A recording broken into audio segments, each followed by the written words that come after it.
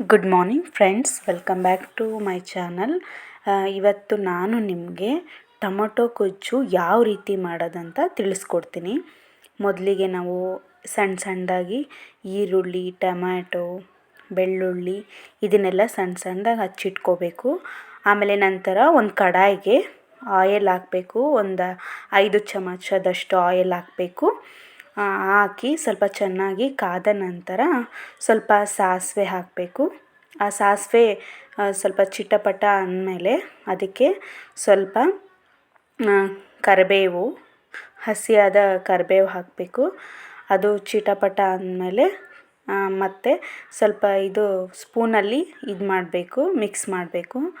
ಆಮೇಲೆ ಸ್ವಲ್ಪ ಬೆಳ್ಳುಳ್ಳಿ ಸೇರಿಸ್ಬೇಕು. ಬೆಳ್ಳುಳ್ಳಿ ಅದನ್ನು ಸಣ್ಣದಾಗಿ ಹಚ್ಚಿಟ್ಕೊಂಡೆ ಬೆಳ್ಳುಳ್ಳಿ, ಆಮೇಲೆ ಈರುಳ್ಳಿ ಸಣ್ಣದಾಗಿ ಹಚ್ಚಿಟ್ಕೊಂಡಿರೋ ಅಂಥ ಈರುಳ್ಳಿ ಅದನ್ನು ಸೇರಿಸಿ ಫ್ರೈ ಮಾಡಬೇಕು.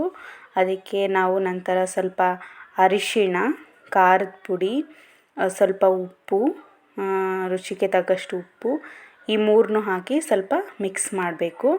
ನಂತರ ನಾವು ಸಣ್ಣದಾಗಿ ಹಚ್ಚಿಟ್ಕೊಂಡಿರೋ ಆಲೂಗಡ್ಡೆನೂ ಹಾಕಿ ಸ್ವಲ್ಪ ಚೆನ್ನಾಗಿ ಮಿಕ್ಸ್ ಮಾಡ್ಕೋಬೇಕು.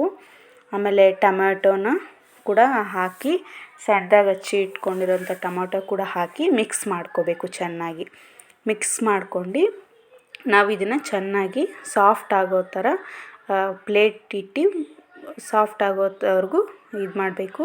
ಚೆನ್ನಾಗಿ ಸಾಫ್ಟ್ ಆದಮೇಲೆ ಅದಕ್ಕೆ ನಾವು ಸ್ವಲ್ಪ ಚಿಕನ್ ಮಸಾಲ, ಸ್ವಲ್ಪ ಗರಂ ಮಸಾಲ ಇದನ್ನೆಲ್ಲ ಆ್ಯಡ್ ಮಾಡಿಕೊಂಡು ಮಿಕ್ಸ್ ಮಾಡ್ಕೋಬೇಕು.